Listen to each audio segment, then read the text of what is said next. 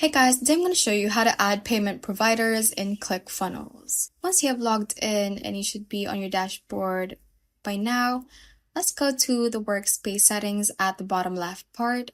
And from here at the general settings page, let's scroll down a bit and you should be able to see the payment settings so we can then set up the payment method types and the currencies we will accept. Currently, the Stripe method is coming soon, so we can click on the payments AI for multi-gateway payment processing. So select that one. And once we're here, let's click on add app and it will redirect us to the website of the app. If you don't have an account yet, let's create our account and enter your details in here. Then a code will be sent to your email to confirm your account.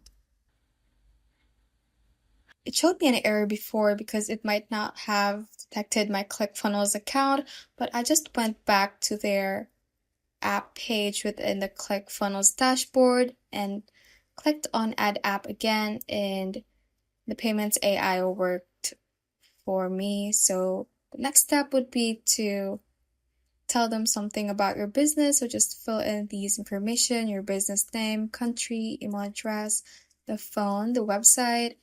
And you can also check on this one to agree that your website contains all the compliance items listed here. Make sure that you should check this out, as well as the credit card statement name, the currency, and also to confirm that you do not sell any products that are on the restricted items list, which you can also check by clicking on this blue text in here. Once you have entered your information, just click on next step at the bottom right, and you will then be given a summary to make sure that you have entered correct data.